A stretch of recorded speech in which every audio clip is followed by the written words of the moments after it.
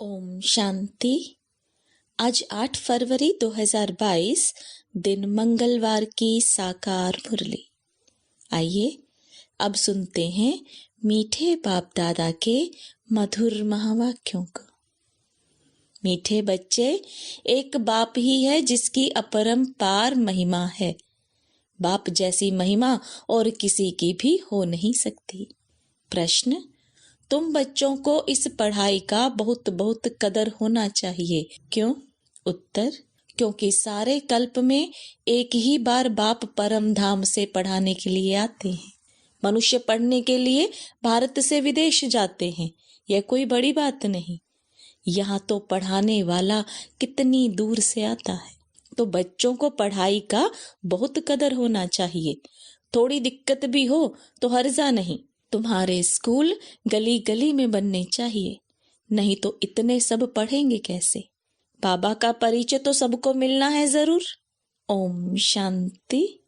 मीठे मीठे बच्चे कहते हैं, यह कौन है? यह कोई साधु सन्यासी मनुष्य तो नहीं है, यह तो और चीज है। मनुष्य को तो झट पहचान ले, फलाना साधु सन्यासी है, नाम लेकर कहेंगे फलाना महात्मा है। यह सिर्फ बच्चे जानते हैं। बच्चा कहा जाता है आत्मा को। आत्मा ही सब जानती है, शरीर नहीं। आत्मा ही कहती है यह फलाना है, ऑर्गन्स द्वारा जानती है। अगर आत्मा ना हो तो यह आंखें काम ना कर सकें। सब कुछ आत्मा ही करती है। अभी तुम बच्चों को आत्म अभिमानी बनाया जाता है। आत्मा कहती है इन कर्मेंद्रियों से फलाना कर्तव्य करता हूं। वास्तव में आत्मा को मेल कहा जाएगा, फीमेल नहीं। मेल है क्योंकि हम सब भाई भाई हैं। अभी तुम नई बातें सुनते हो, यह कौन आया? उनका कोई अपना मनुष्य का रूप नहीं है। तुम जानते हो बेहद का बाप है शिव बाबा, जो इनके द्वारा समझाते हैं। ऐसे नहीं फलाना सन्यासी है, उनकी आत्मा बोलती है। नहीं, मनुष्यों का सारा नाम रूप में अटेंशन जाता है। तुम्हारी बुद्धि समझती है यह हमारा बेहद का बाप है। वह शरीर द्वारा हमको अपना वर्षा देते हैं, राजयोग सिखलाते हैं। यह है सबका बाप, सर्व का पतित पावन। सिर्फ मनुष्यों का नहीं, 5 तत्वों का भी है। सर्व की सदगति करने वाला है ऊंचे ते ऊंचा बाप। सृष्टि में महिमा करने लायक है तो एक बाप ही है, दूसरा ना कोई। न ब्रह्मा विष्णु शंकर की महिमा कर सकते हैं। उनका बर्थडे मनाकर क्या करेंगे? लक्ष्मी नारायण जिसका कंबाइंड रूप विष्णु है, अभी वह कहाँ है? लक्ष्मी नारायण पुनर्जन्म लेते लेते अभी अंतिम जन्म में हैं, फिर शिव बाबा लायक बना रहे हैं। सर्व का सदगति दाता वह एक ही है, महिमा भी एक की है। उस पतित पावन बिगर देखो सृष्टि का क्या हाल हो गया है। कृष्ण के भक्तों से पूछो राधे कृष्ण कहाँ है, तो कहेंगे सर्वव्यापी है। राधे के पुजारी कहेंगे राधे ही राधे है। हनुमान जी के पुजारी कहेंगे जिधर देखो हनुमान ही हनुमान। परंतु नहीं, बाप अपनी महिमा तो नहीं करेंगे। अपने पाठ से सिद्ध करते हैं और कोई की महिमा गाई नहीं जा सकती। लक्ष्मी नारायण ही राजाई करते हैं। छोटेपन में राधे कृष्ण हैं, वह तो है प्रारब्ध। तो उनकी महिमा क्या करेंगे? ब्रह्मा की भी महिमा नहीं, विष्णु की भी कोई महिमा नहीं। महिमा तो एक की ही है। उनको ही पतित पावन कहा जाता है। अभी तुम बच्चे जानते हो कि विष्णु कौन है। विष्णु को स्वदर्शन चक्र सूक्ष्म वतन में क्यों दिखाते हैं? मनुष्य को तो जास्ती भुजा होती नहीं, सूक्ष्म वतन में भी 4 भुजा दिखाई है, प्रवृत्ति मार्ग को सिद्ध करने के लिए। बाप कहते हैं मीठे बच्चे, अब तुम जान गए हो 84 जन्म हम कैसे लेते हैं। तुम्हारा गृहस्थ व्यवहार पवित्र था। मंदिरों में जाकर गाते हैं ना, सर्वगुण संपन्न तुम मात पिता। अब यह महिमा फिर रोंग हो जाती है। यह महिमा है सिर्फ एक की, देवताओं की नहीं, जो कुछ महिमा है सो एक की। वह है परम पिता, परम आत्मा, परम बाप, परम टीचर, परम सतगुरु। अकाल कहते हैं ना, उनको याद करते हैं, वही अकाल मूर्त है। शिव बाबा को बैल पर दिखाते हैं, वह फिर अकाल तख्त दिखाते हैं। अब यह तो कोई को पता नहीं है कि शिव बाबा क्या है। मंदिर में जो रखते हैं वह उनका अंश है, वह तो है ज्ञान सागर पतित पावन। उनको तो मनुष्य का तन चाहिए ना। तुम बच्चे जानते हो कि उनका तख्त यह ब्रह्मा ही है। धर्म स्थापकों की क्या महिमा है, वह तो सिर्फ आकर धर्म स्थापन करते हैं, वह कोई जीवन मुक्ति नहीं देते।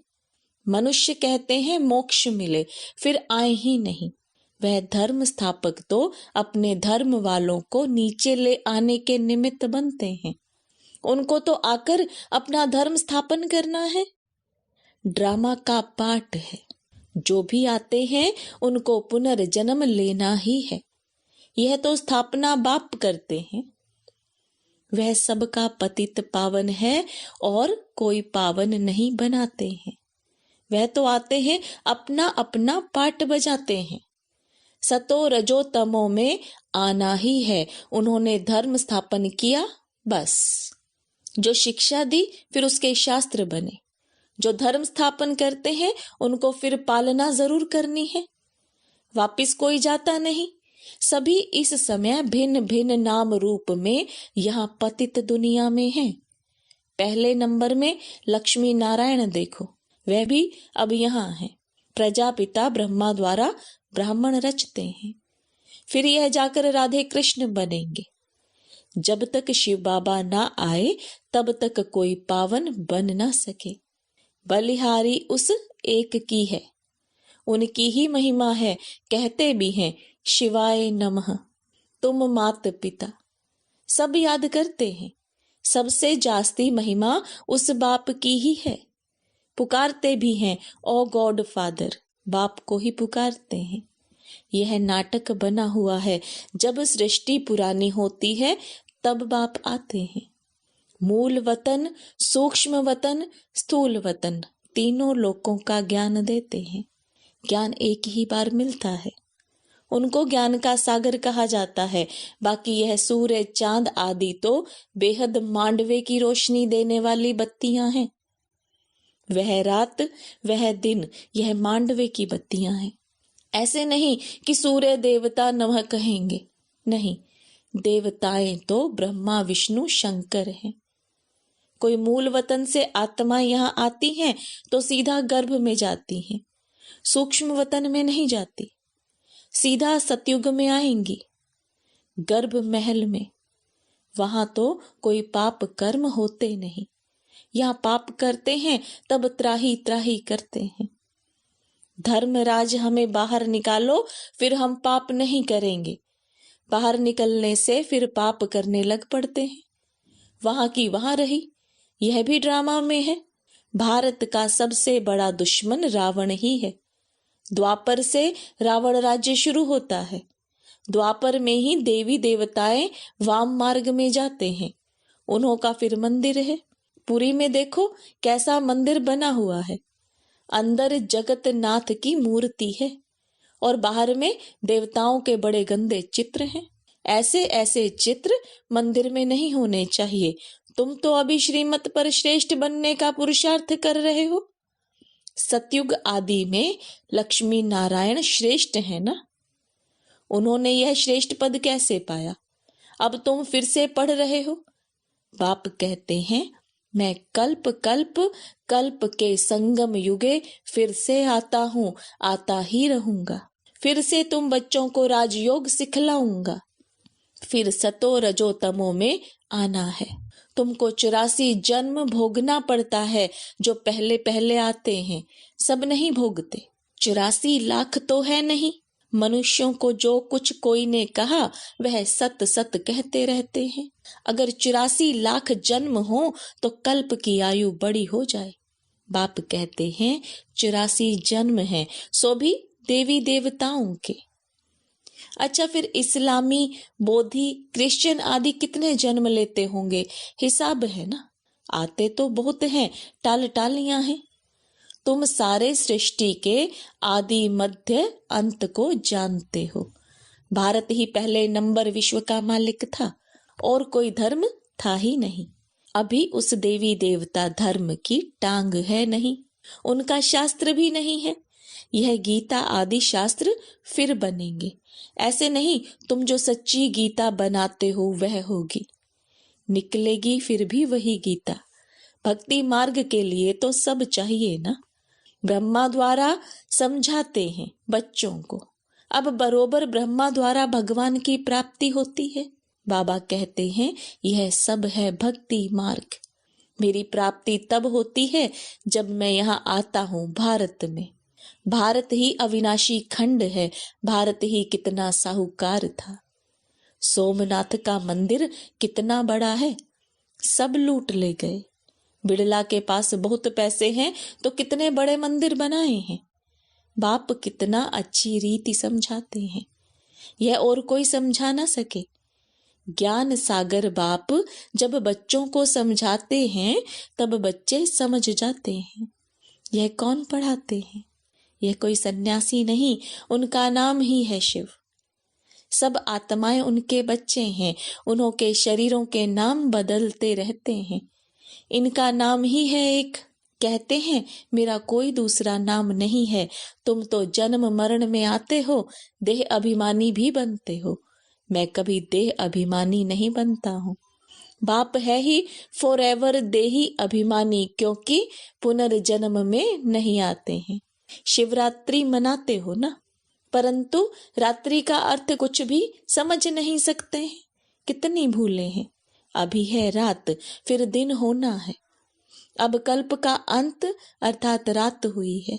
सतयुग त्रेता है दिन, द्वापर कलयुग है रात। मुझे आना ही है संगम पर, यह है बेहद की रात और दिन। भगवानु वाच समझाते हो, यह वेला मुख्य है, परंतु शिव बाबा की वेला नहीं ले सकते। वह कब आते हैं पता थोड़े ही लगता है। तो यह है बेहद की दिन और रात, इसको कल्प का संगम कहेंगे। बर्थडे भी अगर मनाते हैं तो एक का। शिव बाबा आते हैं फिर चले जाते हैं, उनका ना जन्म है और ना ही मौत है। कहेंगे बाबा चला गया, यह खेल है। बाप बैठ समझाते हैं, गाते भी हैं, रास्ते चलते ब्राह्मण फंस गया। इस बाबा को थोड़े ही पता था, अचानक प्रवेशता हो गई। पहले थोड़े ही मालूम पड़ता है, धीरे धीरे मालूम पड़ता है कि यह बाबा का काम है।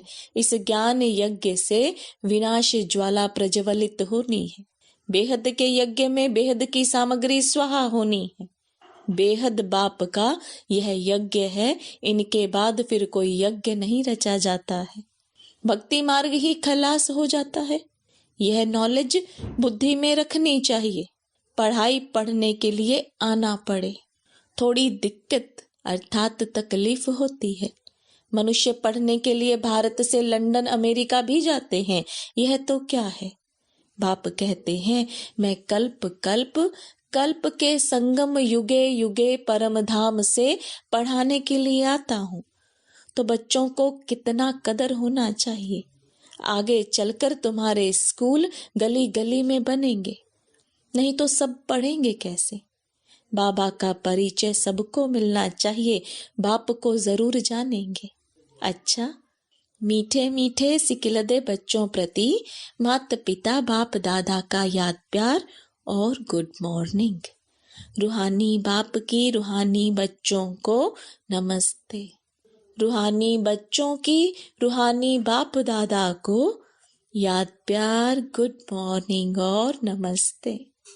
धारणा के लिए मुख्य सार, श्रीमत पर सदा श्रेष्ठ बनने का पुरुषार्थ करना है।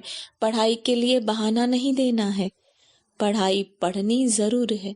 जैसे आदि में पवित्र गृहस्थ आश्रम था, ऐसे अभी अपना पवित्र गृहस्थ आश्रम बनाना है। बलिहारी एक बाप की ही है, उसका ही गुणगान करना है।